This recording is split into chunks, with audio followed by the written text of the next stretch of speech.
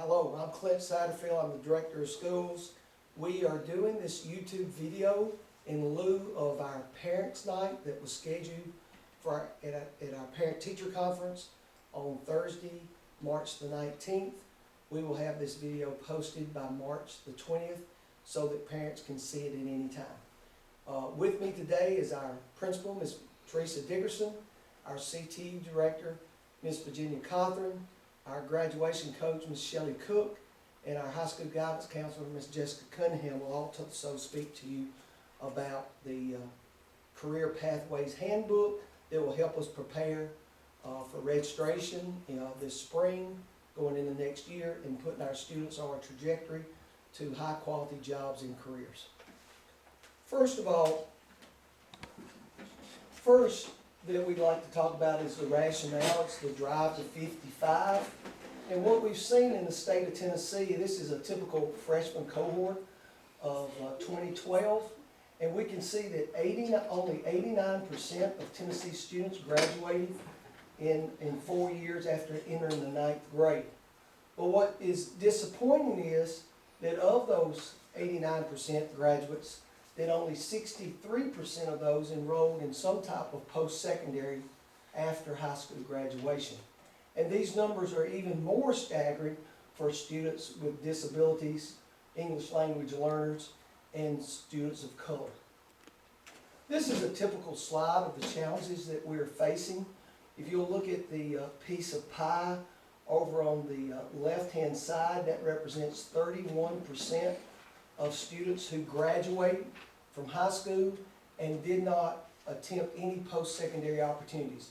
These students went straight to work, and the average that they earned was a little under $10,000 a year, which was well below the poverty line. The dark gray piece of pie, that 13%, represents those students who did not graduate from high school.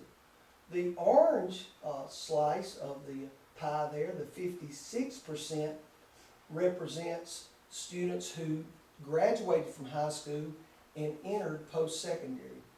But you can see the little piece of pie that comes from that after 1 year in post-secondary, 25% did not enroll 1 year after they entered post-secondary, and only 75% stayed enrolled for the second year. And only 6% of the 75% that was enrolled in the second year obtained a 2-year degree within 2 years.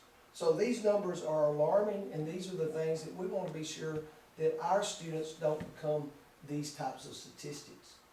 Of course, all this is initiated by Governor Haslam's Drive to 55 initiative, that by the year 2025, that 55% of students will have some type of post-secondary degree. That could be a 2-year degree from our TCATs, or a 2-year degree from our community colleges, or a 4-year degree from our colleges as well. Because we know that post-secondary graduates and income earnings are directly related. That usually the more education that a student has, the more money that they're able to earn over a lifetime. So the state initiated with the class of 2018 the Ready Graduate Indicator. And the Ready Graduate Indicator counts as a certain portion, 20% of high school accountability. And in order to be a ready graduate, it says that our students have these post-secondary credentials that set them up to be successful after they graduate from high school. So what constitutes a ready graduate? Well, any ACT score at a 21 or higher. This is one of the things that our staff is going to talk to you about, is our pre-ACT and setting students up for ACT success. And then also these, what they call EPSOs, those early post-secondary opportunities. And 4 EPSOs earned in high school says that you are a ready graduate. We will talk more about that, and we really spend a lot of time and emphasis on dual enrollment with our students. Also, that they could have 2 of the EPSOs and gain an industrial certification. A lot of those opportunities are through our CTE pathways, and Ms. Cothran will talk to you about that today. Another opportunity to be a ready graduate is to have 2 of the EPSOs and then make a qualified military score on the ASVAB. The ASVAB is a graduation requirement for all Trousdale County High School graduates. So what are those early post-secondary opportunities? Basically, the post-secondary credit that we work with while we're in high school is dual enrollment.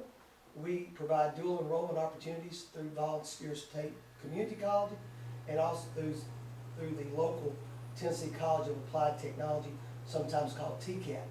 We begin those dual enrollment opportunities in their junior year.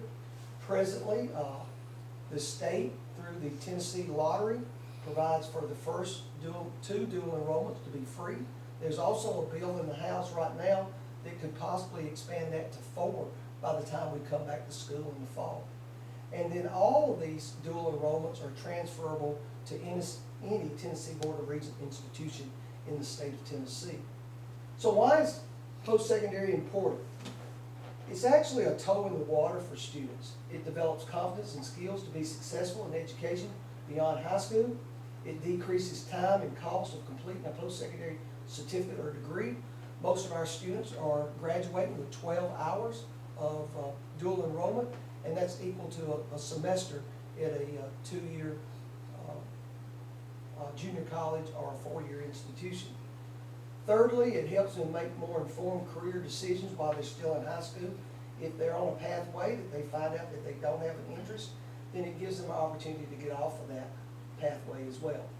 We know that students who complete post-secondary opportunities enroll in college at a much higher rate. We saw that the state average was about 63%. In Trousdale County presently, with our most recent graduating class of 2018, that is about 76% and about 14% above that of the state. And we also know when students do dual enrollment opportunities while they're still in high school and they gain that credit, that they're more likely to persist through and complete post-secondary work once they leave high school. So why is post-secondary attainment important for Tennessee? Post-secondary attainment is directly connected to one's employment future. An educated workforce contributes to higher wages and a faster growing Tennessee economy. We know that the drive to 55, that 55% of Tennesseans will have a post-secondary degree or certificate by the year 2025, aids in a robust Tennessee economy.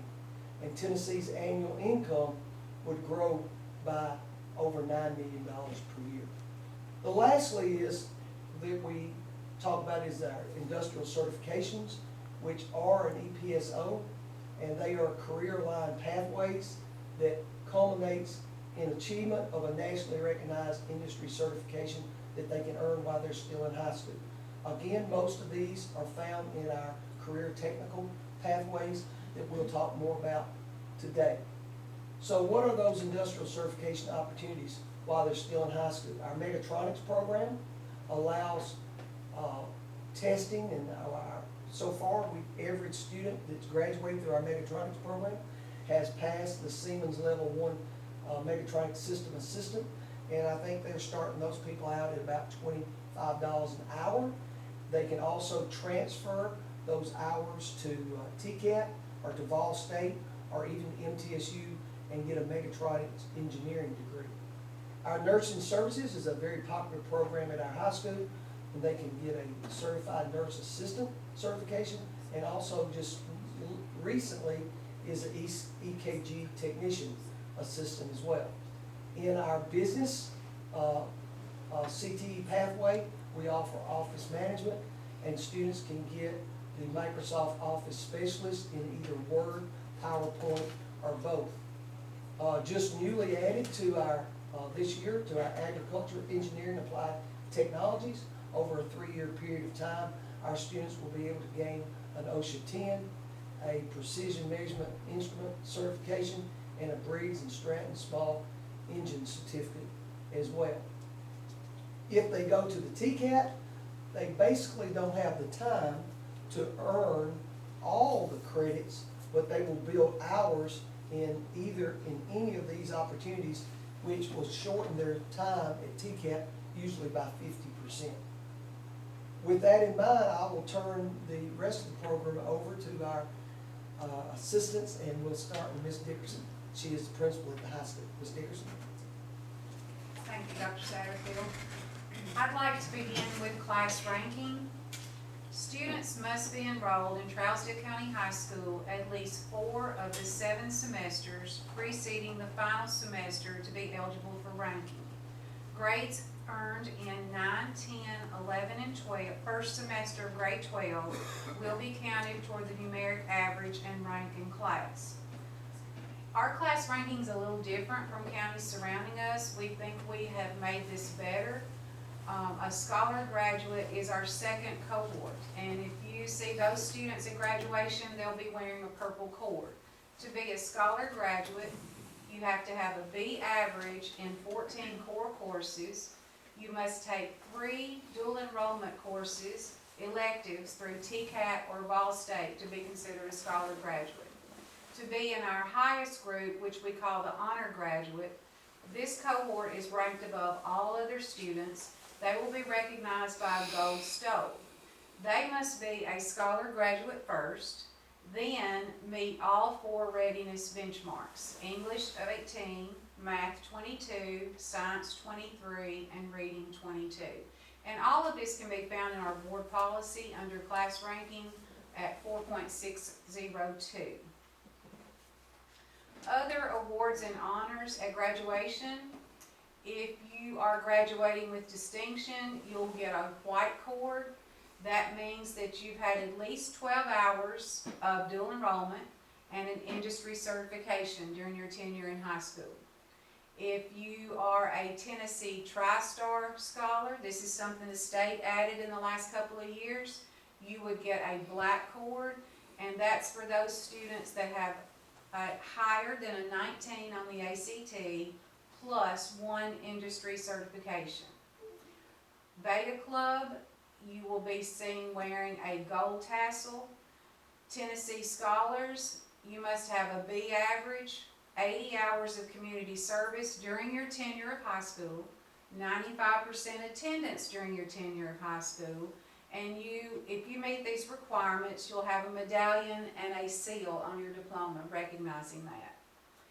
We added 1 cord in the last year, and that's the green cord, and that is for the math science pathway. And that's if you complete 5 years of math, 5 years of science, and 2 dual enrollment courses through Ball State. Tennessee Promise, which a large majority of our students take part in, you must, for 2 years free tuition at a participating Tennessee school, you must complete the FAFSA, and our guidance office does an outstanding job of calling students in their senior year, 1 at a time, getting their FAFSA ID, then calling them back in there to complete their FAFSA. These students must also do 8 hours of community service between January and July, the end of December, January to July of their senior year, and they must attend 1 required meeting, which is during the school day at school, and we just had our meeting in January of this year. Dual enrollment at TCHS. These are opportunities to get a head start on post-secondary. We partner with Volunteer State Community College and TCAT at Hartsville. Courses will be offered at TCHS during the regular school day, and some students are even able to travel to TCAT during the school day, and we will bus your students back and forth. Juniors may go out there for a full block their junior year, and seniors may go out there for 2 blocks. This allows the student to earn high school and post-secondary credit for the same course, and it begins with the junior year. Dual enrollment at TCHS if you are going to Ball State. We screen students to see if they have a pre-ACT English score of 18 and a pre-ACT reading score of 19, and they will take the pre-ACT their freshman year and their sophomore year. And they must have a high school English cumulative average of 3.0. One thing we left out of the slide, Ms. Cook, that I'm seeing now, the AccuPlacer test is something new this year. Ball State is required requiring any student that enrolls with them for dual enrollment must take the AccuPlacer test, and they have agreed to come to our school and give the test to sophomores going into their junior year, or any juniors that are gonna be first-time Ball State students their senior year. Once they get in dual enrollment, they must maintain a B average to keep the dual enrollment grant. The courses at TCAT are, and I think Dr. Satterfield went through these quickly a while ago, Megatronics, which you need a pre-ACT composite of 18, or a math score of 16, or a science score of 15. Nursing services, the pre-ACT composite needs to be 16 or higher. Business needs to be 12 or higher.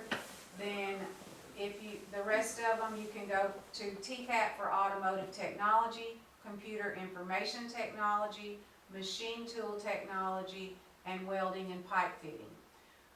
One new requirement, or that we're watching closely, if you're in these dual enrollments, you must maintain an 80.5 at TCAT to keep receiving your dual enrollment grant, which is a part of their lottery money. And I will turn this over to Ms. Cothran.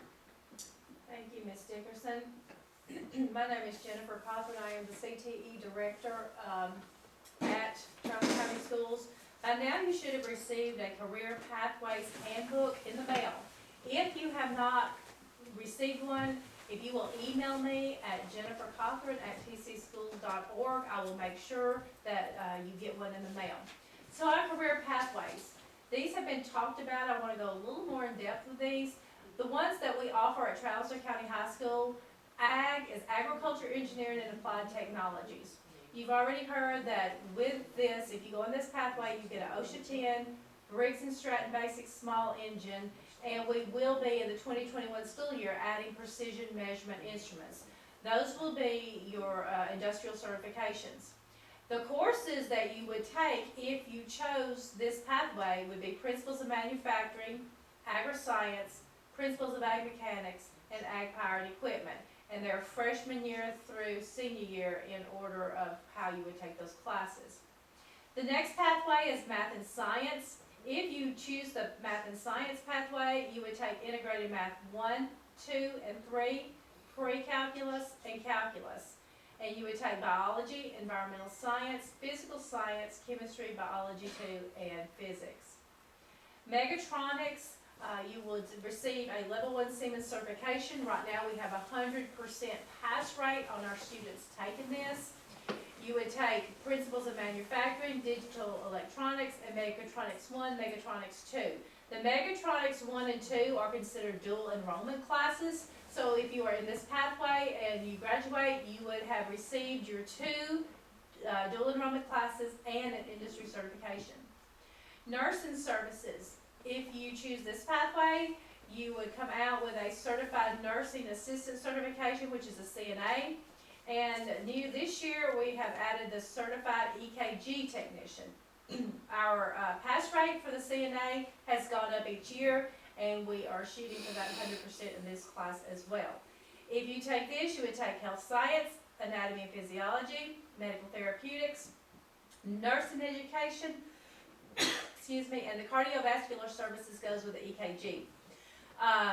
The dual enrollment courses in this are the Nursing Education and Anatomy and Physiology. So you would have 2 dual enrollment classes and an industry certification if you chose this pathway. Office Management, you would receive your Microsoft Office Specialist certification in Word and PowerPoint. Your classes would be Computer Applications, Business Communications, Business Management, and Advanced Computer Applications, I'm sorry. The Business Management and Advanced Computer Applications would be your dual enrollment classes, and MOS would be your certification.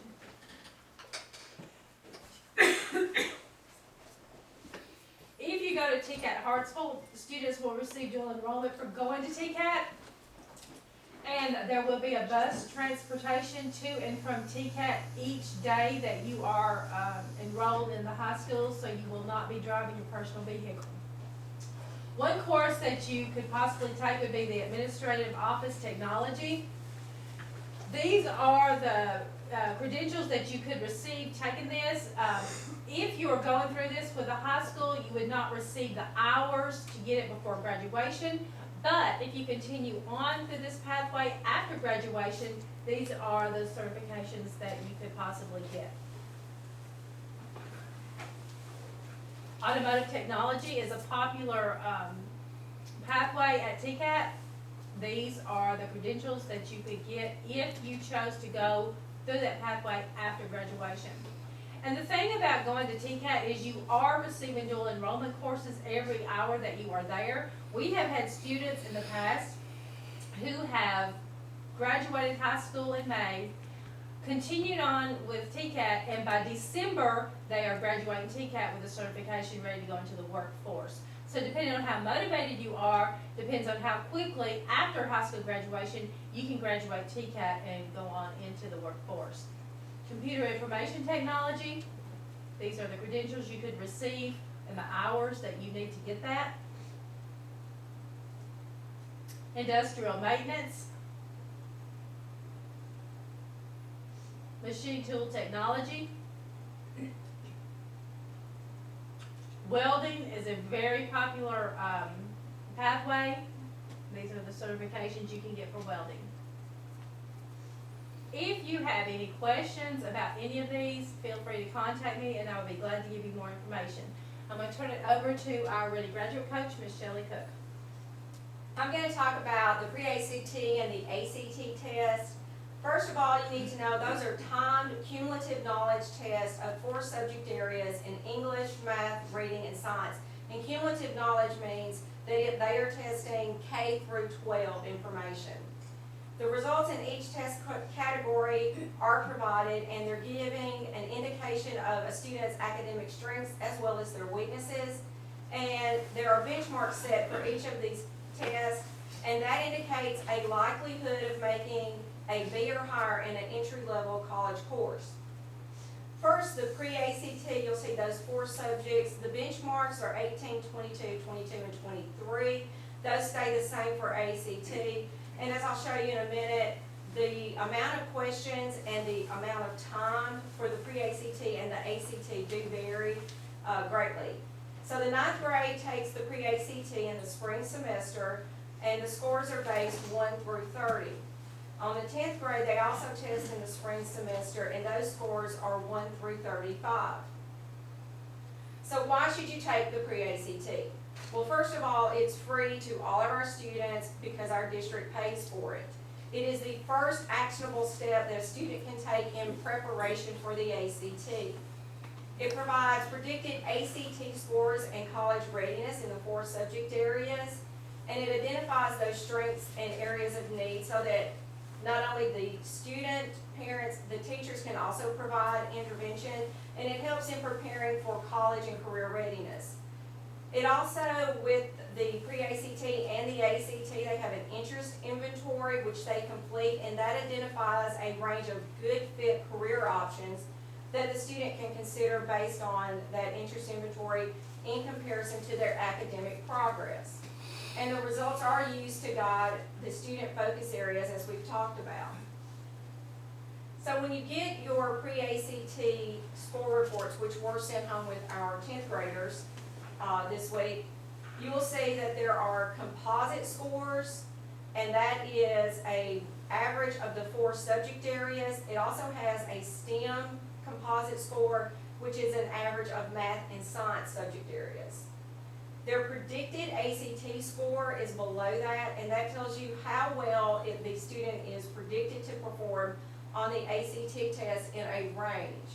And it will help you to determine if there are subject areas which require more focus in order to improve their skills. So for this student, their math science grades were lower, so they need to really work on science. And below, at the bottom on the first page, it gives a detailed score result, And for each category, it breaks down the subtest and skills which were tested and can tell you how many of each questions were on the test and how many the student got correct. The free item responses and how to make progress is really important. The pre-ACT provides. This is not provided with ACT. As a matter of fact, in order to get a report that looks like this, you have to pay an additional $20 for your ACT, and it's only available on December and June test dates. So it will break down for the student how they can see each question, because test booklets are given back to the students. They'll know the correct answer, and it identifies the correct answer. The report also gives for each subject categories ideas for progression and making improvements for that particular student. The career map is also given for the pre-ACT and the ACT, and it's a result of the interest inventory. The shaded areas are the kinds of works or tasks that the student indicated they preferred, and these are, for this student, they enjoy working with people and ideas more often, and then it gives careers that they can explore. The career fit gives you a comparison of the interest inventory to what the student has self-reported that their career interest is, as well as their academic progress. So this student, for what they told them they wanted to go into management, and currently they are a medium fit for being successful in the management field. One other thing that they give you on the this portion of the score report is an on track for success based on the predicted ACT score needed for that career. So if a person wanted to be a doctor, they obviously are going to need a higher ACT score. So it's going to tell them whether or not they're on track for meeting that requirement. The ACT is the same benchmarks once again, but you'll see in a moment how the number of questions and the amount of time allotted has changed. The 11th grade takes the ACT in the spring semester. It's given during the regular school day at no charge to the student. The senior retake is also free. We give that to our 12th graders during the fall semester. It usually happens around October. But students can register to take the ACT on any national test date. Currently, that's $52 without the writing portion and without paying the extra $20 to get the score report, information, test results, which are available in December and June. So this is a comparison of pre-ACT to the ACT, and you'll see that, say for English, there are 45 questions that they have to answer in 30 minutes on the pre-ACT, but on the ACT, it goes up to 75 questions in 45 minutes. So the pre-ACT, we hope, has exposed them to the timing, the types of questions that they'll see on the ACT, and making preparations and improvements so that they will be successful on the ACT. So why are ACT scores important? We've talked about that a little bit already, but it is required for admission to most colleges and universities, and especially if a student's planning on going to a four-year college or university, it is required. The ACT scores impact financial aid and scholarships. We've already talked about the HOPE, so with a composite ACT score of 21 or a 3.0 GPA, they can earn $16,000 over 4 years in college. With a 29 plus composite and a 3.75 GPA, they are going to qualify for the HOPE with merit, and that's $20,000 over 4 years of college. If a student scores below the benchmark, most likely they're going to be put in remedial coursework, which the university will require. They do not bear credit, they do not count towards the graduation requirements, but they do cost money. And the most important thing is ACT is required for graduation in the state of Tennessee. So you have to take the ACT in order to get your diploma. Now I'm going to give it to Ms. Jessica Cunningham, who is our guidance counselor at Charleston County High School. registration for the incoming freshmen, the date of that is to be determined as of right now. When the parents do come in for the meeting, the parents and students all have to have an individualized consultation with a TCHS staff member to confirm course selections. They will also be invited to tour the building, and door prizes and refreshments will also be provided that night. Here are the focus areas that a student is allowed to choose from. The first one is math science. If you choose this focus area, the student will need to complete 5 math courses, 4 science courses, and 2 Ball State Community College dual enrollment courses. If they choose to do a career technical education focus area, you have agriculture to choose from, business, health science, and mechatronics. This slide shows the actual requirements that freshmen will take. English 1 and English 1 lab, Econ and government, integrated math 1 and integrated math 1 lab, environmental science, and wellness. If you look to the right, they will be able to choose 1 elective.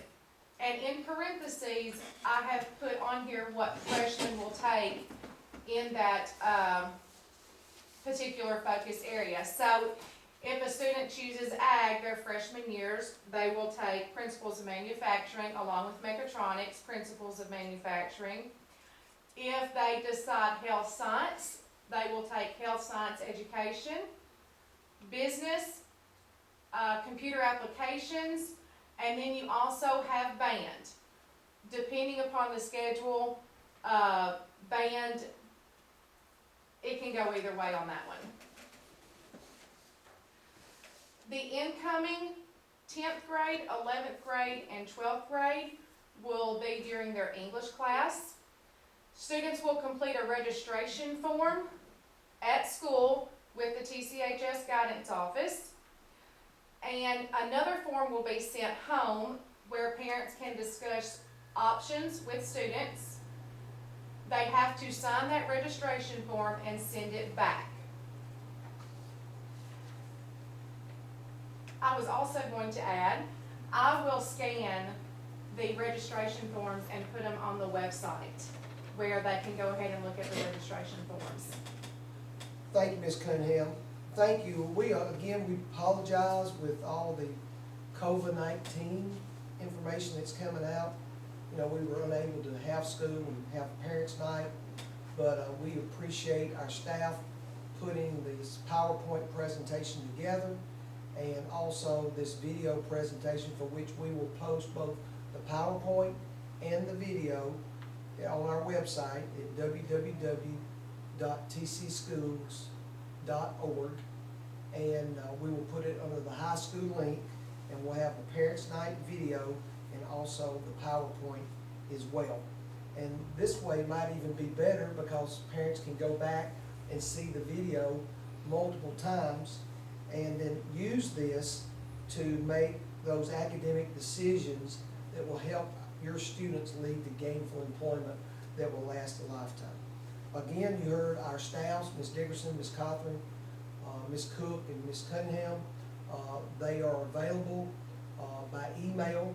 Their emails are listed on our district website. So during this time that we are out of school for COVID-19, certainly feel free to reach out to them by email, and then we'll have more directions about registration when we get back in school. Thank you very much for your time, and best of luck. Thank you.